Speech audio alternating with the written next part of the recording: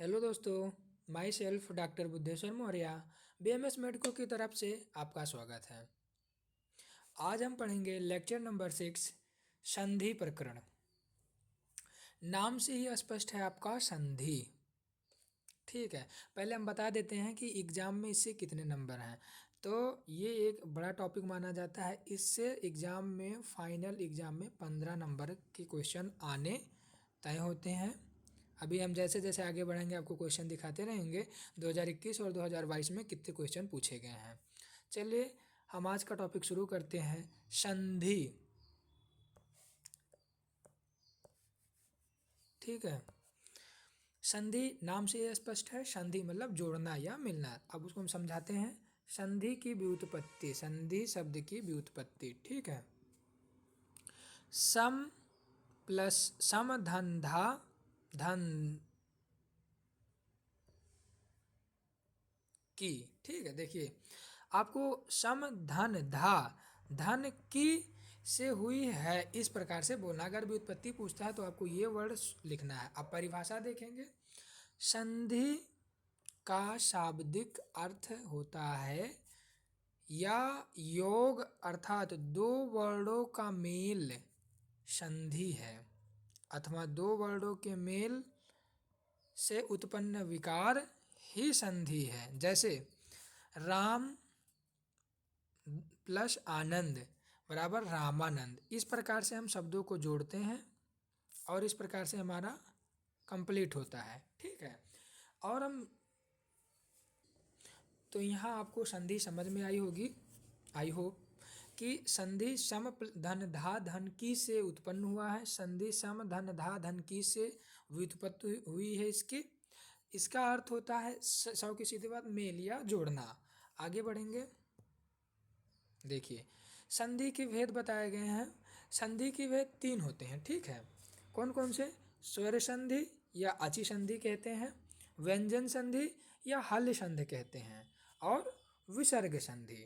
ठीक है, अब हम यहाँ से स्टार्ट करते हैं। यहाँ से हम स्टार्ट करते हैं स्वर संधि। ठीक है, आप लोग ये नोट कर लीजिएगा, स्वर संधि।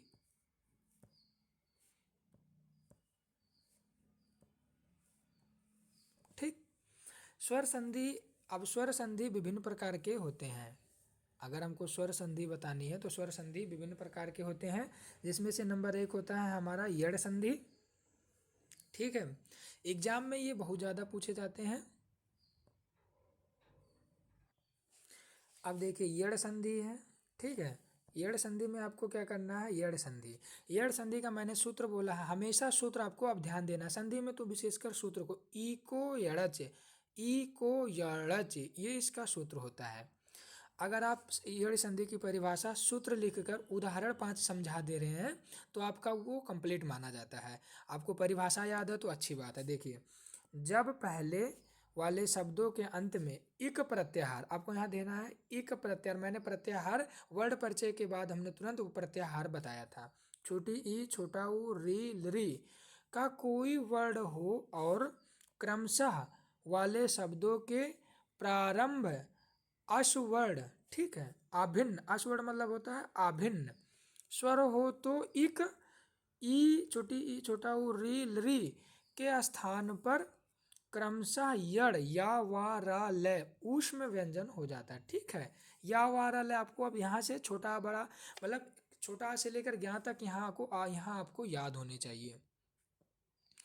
आपको ये 4 पैराग्राफ के माध्यम से हम आपको ये समझाए हैं। आपको ये नहीं याद है कोई बात नहीं, पर परिभाषा आपको ध्यान देनी चाहिए। ठीक है, कि क्या क्या मिलकर छोट या बनता है, वा बनता है, रा बनता है, ला। इससे आपको नहीं ध्यान देना है, आपको परिभाषा और संधि की सूत्र पे ध्यान देना है। ठीक है, अब आपको और अच्छे उस समझाने के लिए लिख दिया गया है कि यदि दीर्घ गुण बृहद संधियों में पूर्व परि दोनों वर्णों के स्थान पर परिवर्तन होता है जिसे एक दीर्घ कहते हैं, परंतु यणादि संधियों में केवल पूर्व वर्ण के स्थान पर ही परिवर्तन होता है एवं परि वर्ण उसी परिवर्तन वर्ण में आकार मिल जाता है।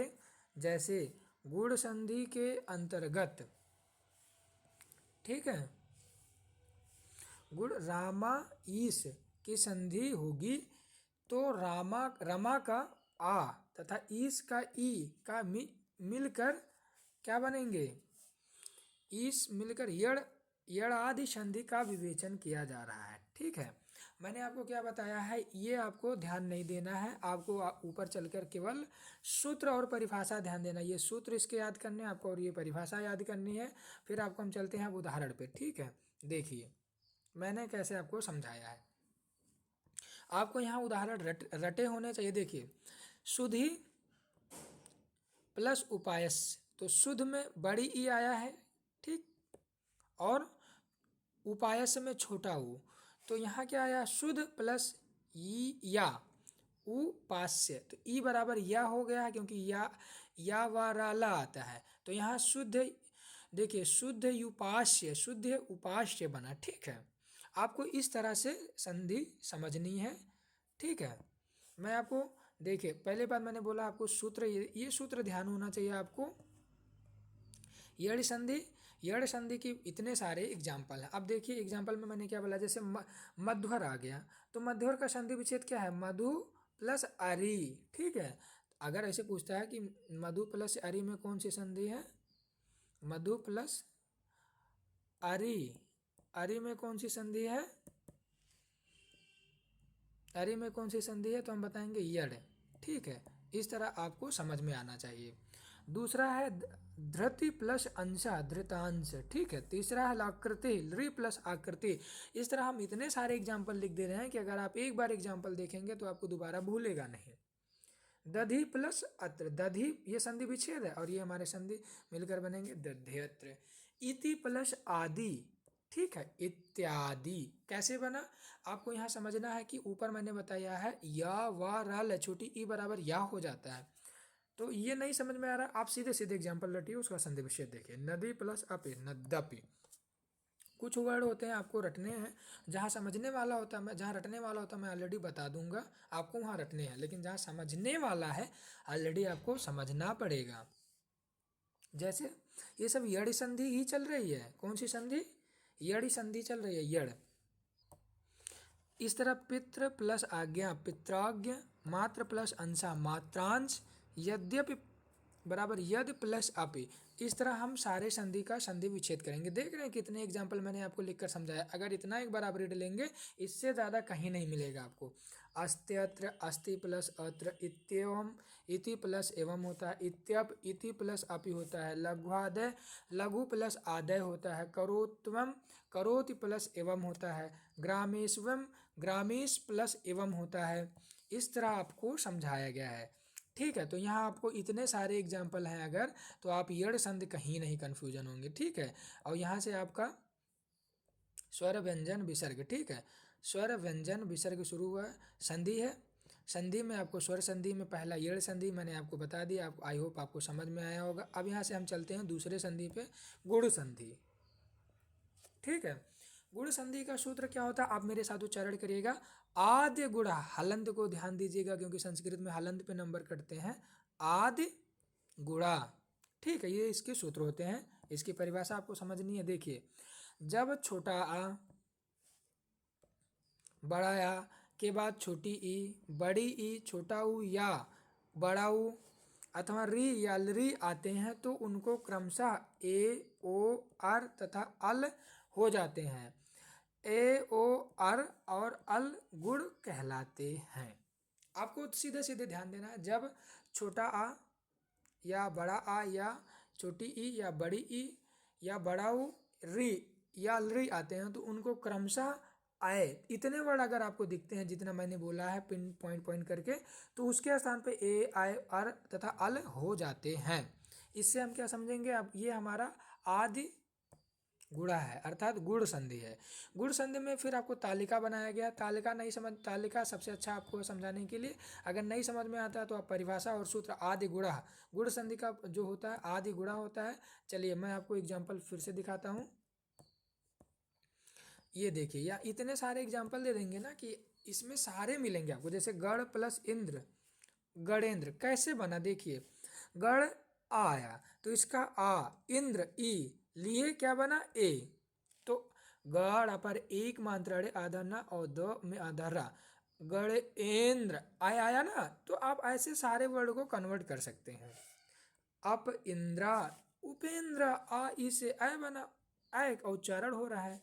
गढ़ प्लस ईशा, गणेशा, सेम फार्मूला, इसलिए मैंने आपको समझाने के लिए एक एक वर्ड को तोड़ा है। इससे सिंपल नोट्स आपको नहीं मिल सकता कहीं भी। सर्व प्लस उदय, सर्वोदय, चंद्र प्लस उदय, चंद्रोदय, वसंत प्लस ऋतु, वसंत ऋतु, देव प्लस ऋषि, देवर्षि, राजेंद्र, राजा प्लस इंद्र, तथेत, तथा प्लस इत। ठीक, इतने सारे एग्जाम्पल आप एक बार रीड करना। महेश्वर, महा प्लस ईश्वर, गंगोदकम, गंगा प्लस उदकम, पृष्ठ पर, पृष्ठ ऊपर, ये सारे गुण संधि हैं, इसलिए मैं हेडिंग आपको देकर बताया हूँ। सप्तर्षय, सप्त प्लस ऋषि, कृष्णादि, कृष्ण प्लस ऋषि। ठीक है, आपको अगले संधि पे जाने से पहले हम आपको यहाँ समझाएंगे कि मैंने आपको क्या क्या पढ़ाया। यड़ और गुण संधि पढ़ा कर बताया। दूसरे पे है, देखिए महर्ष संधि जो है, महर्ष, महर्ष में कौन सी संधि है हमारा, गुण संधि है। गुण का फार्मूला क्या होता है, आदि गुणा, महा प्लस ऋषि। तो इसमें कौन सी संधि है, अगर कोई पूछ लिया महर्षि में कौन सी संधि है, तो हम बताएंगे गुण संधि है। कौन सी संधि है, गुण संधि है। तीसरी संधि चलते हैं वृद्ध संधि। वृद्ध संधि, इसका जो सूत्र होता है, सूत्र वृद्ध रेच होता है। ठीक है, अब इसका सूत्र देखिए, तालिका याद आए ना आए, पर आपको सूत्र याद होना चाहिए। जब छोटा आ बड़ा आ के बाद आए, आए, ए आए अथवा ओ आओ आते हैं, तो इनको क्रमशः आए और आओ हो जाते हैं। देखिए ये वर्ड ध्यान देने हैं आपको, आए और आओ हो जाते हैं, हो जाते हैं, तब वृद्धि संध होती है। कौन सी संधि होती है, वृद्धि संध होती है। फिर आपको मैं आगे ले चल रहा हूँ। देखिए तालिका, तालिका में भी वही समझाएं, अगर आप तालिका से समझ रहे हैं तो वेल डन है। देखिए छोटा आ या बड़ा आ या प्लस ए, तो आय बनते हैं, ऐसे आय बनेंगे, आओ आओ बनेंगे। ठीक, तो आपको ये ध्यान देना है। फिर इतने सारे एग्जाम्पल आपको देंगे कि इतने बहुत हैं। कृष्ण एकत्वम, कृष्णेकत्वम, धन ऐसड़ा, धन ऐसड़ा, क्योंकि ऊपर तालिका में कहाँ से क्या कन्वर्ट होता है आपको रटने हैं।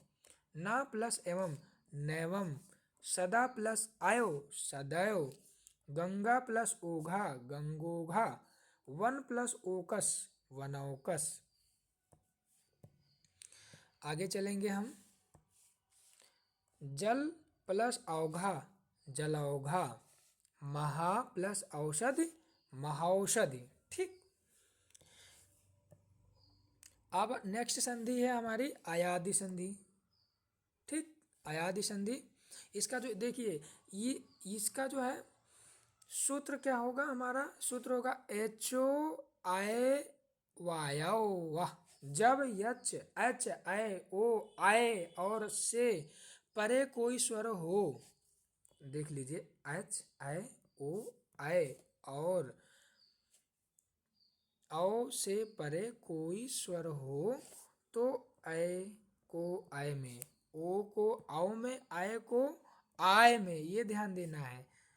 ओ को आओ में आदेश अर्थात बदल, आदेश मतलब होता है बदल देते हैं। ठीक है, फिर मैंने आपको ऊपर की भांति तालिका के माध्यम से यहाँ फिर आपको समझाया है। अगर आप तालिका के माध्यम से समझना चाहते हैं तो आप यहाँ समझ सकते हैं। एच अच, कोई भी स्वर ले लो आय बनेगा, तो ये चारों आपको समझना है। देखिए ओ अच, आओ बनेगा, आय अच, कोई भी स्वर ले लो आय बनेगा, आओ अच।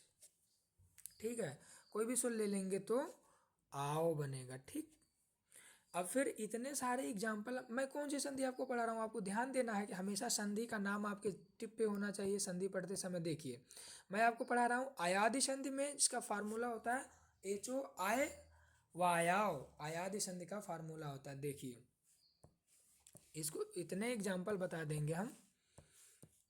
ये देखिए, अब इतने एग्जाम्पल हैं, इससे बाहर आपको नहीं आने हैं, ये 100% गारंटी के साथ है। ठीक, अभी दिखाएंगे कितने वर्ष में कौन से पूछे गए हैं। ठीक, देखिए, चे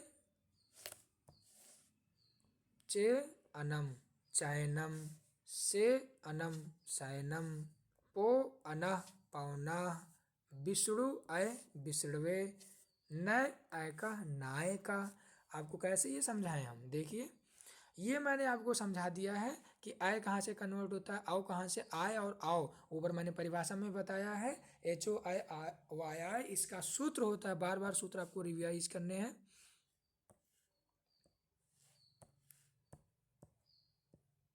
ठीक है, सय अकः सायकः, पव अकः पावकः, पव अनः पावनः, भव उकः भावुकः, नय इका नायका।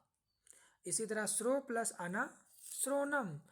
अब देखो, ऐतो प्लस अप, ये इंपॉर्टेंट करके चलना, और एक हमारा है ये इंपॉर्टेंट करके चलना। इतना ध्यान देना आयादी संधि में, तो आपका बाहर नहीं होगा। ठीक, आगे चलते हैं। दूसरी संधि दीर्घ संधि, नाम से स्पष्ट है, बड़ा। दीर्घ मतलब क्या होता है, बड़ा।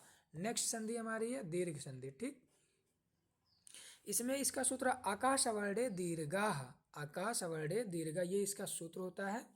ठीक, जब छोटा आ बड़ा छोटी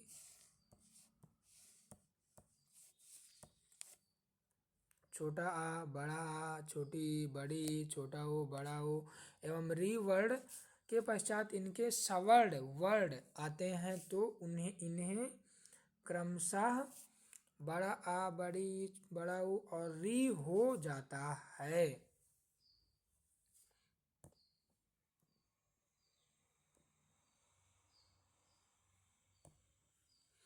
आदि प्लस अप, तो मैंने ऊपर तालिका के माध्यम से आपको समझाया। तो देखिए, अद्यपि, हिम प्लस आलय हिमालय, ये तो आपको दूर से ही देखकर पता चल जाएगा। पुस्तकालय में पुस्तक प्लस आलय है, मेन ऐसे देगा आपको, ऐसे संधि विच्छेद करना और संधि का नाम बताना है। शास्त्र प्लस अंगाई, शास्त्र अंगारा, विद्या प्लस अर्थी, विद्यार्थी, विद्या प्लस आलस्य, विद्यालय, रवि प्लस इंद्र, रविंद्र, मुनीन्द्र, भानुदय। देखिए, ये स्टार मार्क बना दे रहे हैं आपके लिए। भानु प्लस उदय, भानुदय, लघु प्लस उर्मी, लघुर्मी, मात्र प्लस ऋणम, मातृणम, होत्र प्लस रिकारा, होत्रिकारा। आपको यहाँ ज़्यादा दिमाग नहीं लगाना है, बस जैसे लिखा है वैसे आपको रटने हैं, और मैंने समझाया तालिका के माध्यम से। स्वर संध में ही आता है पर रूप संध।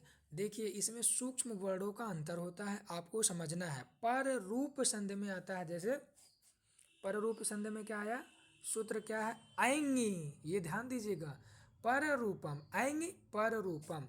यदि आकारांत, आपको आगे पढ़ाएंगे हम आकारांत, इकारांत, उकारांत, तुकारांत, लेकिन अभी यहाँ जैसे वर्ड आया आप रट लीजिए। आकारांत उपसर्ग के बाद कोई ऐसी धातु हो जिसके आदि में ऐंग हो। देखिए, आदि में ऐंग आय ओ हो, तो उपसर्ग का ऐंग ए ओ में बदल जाता है या आदेश हो जाता है। यह परिवर्तन पर रूप कहलाता है।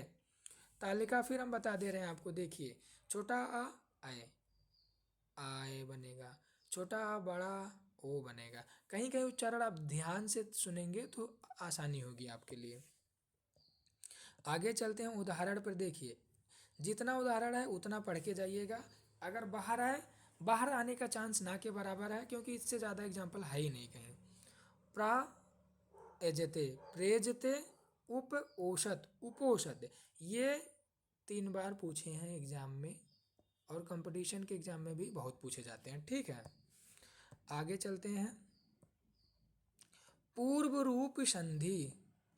ठीक है, आपको यहाँ देखिए, ये हिंट के रूप में मैंने समझाया है कि क्या होता है।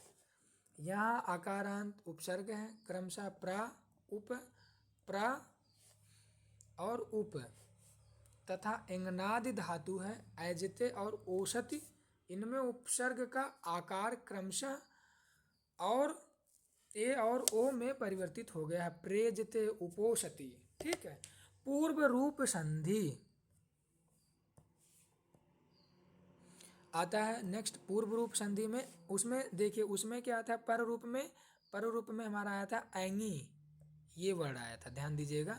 यहाँ आया है एंग, तो ये आपको देखना है कौन सा फार्मूला कहाँ पे है। ठीक है, आप इसे कंफ्यूज बिल्कुल नहीं होइएगा। और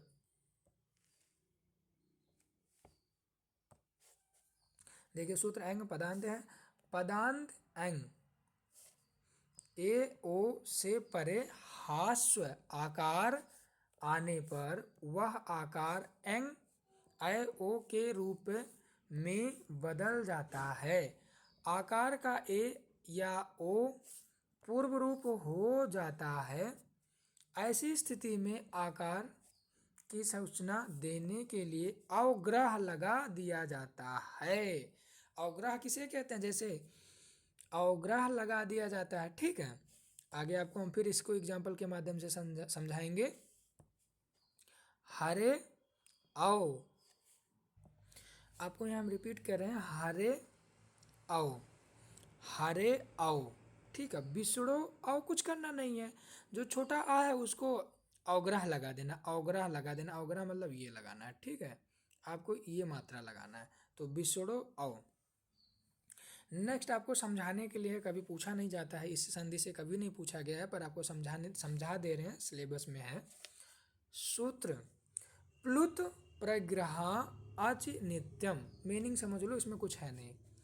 प्रकृति भाव संधि को कुछ स्थलों पर स्वर संधि से भिन्न रखा गया है एवं कुछ स्थलों पर अच संधि के अंतर्गत ही रखा गया है। लघु सिद्धांत कौमुदी में इसे अच संधि के अंतर्गत ही रखा गया है। अच मतलब स्वर संधि। आगे चलते हैं, देखिए कुछ समझाने के लिए इसमें नहीं बचा है। जबकि मध्य सिद्धांत कौमुदी में इसे पंच संधि स्वर व्यंजन विसर्ग प्रकृति भाव स्वादि के अंतर्गत रखा गया है। इस प्रकार से मध्य सिद्धांत के कौमुदी के अनुसार प्रकृति भाव स्वर संधि से भिन्न है। वस्तुतः देखा गया जाए तो स्वर संधि का ही विषय है। ठीक है, इसकी परिभाषा क्या लिखा गया, अब परिभाषा आपको समझने की है। परिग्रह इसका जो सूत्र होता है, मैंने सूत्र ऊपर आपको इसलिए पहले ही हर हेडिंग के बाद मैंने आपको सूत्र लिख कर दिया है। ठीक है, आपको कंफ्यूज बिल्कुल नहीं होना है। प्लुत परिग्रह, देखिए इसका जो सूत्र होता है ऊपर मैंने लिखा, आप देखिएगा, प्लुत परिग्रह अच नित्यम। ठीक है, इसकी जो परिभाषा होती है, प्रकृति भाव का तात्पर्य है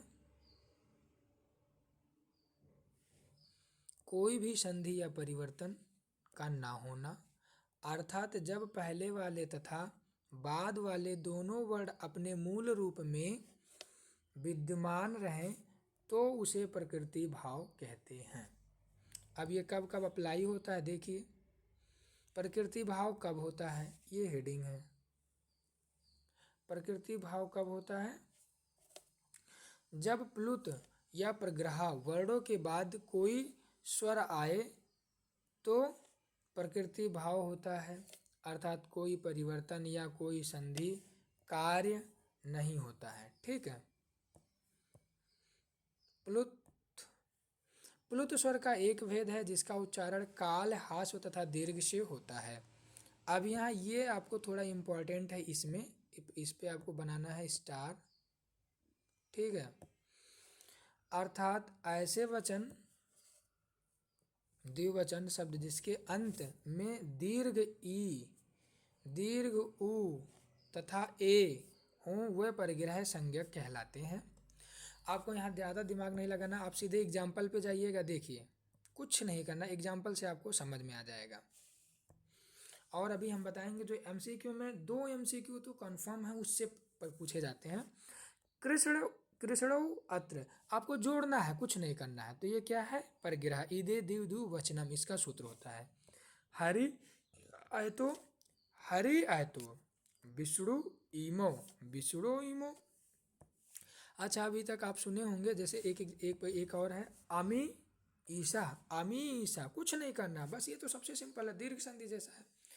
अभी तक आप क्या कहते हैं इसको, हमने भी ऊपर बताया आपको यही कि इसे मूर्धन्य सा कहते हैं, इसे छोटा सा कहते हैं, इसे बड़ा सा कहते हैं, ठीक है।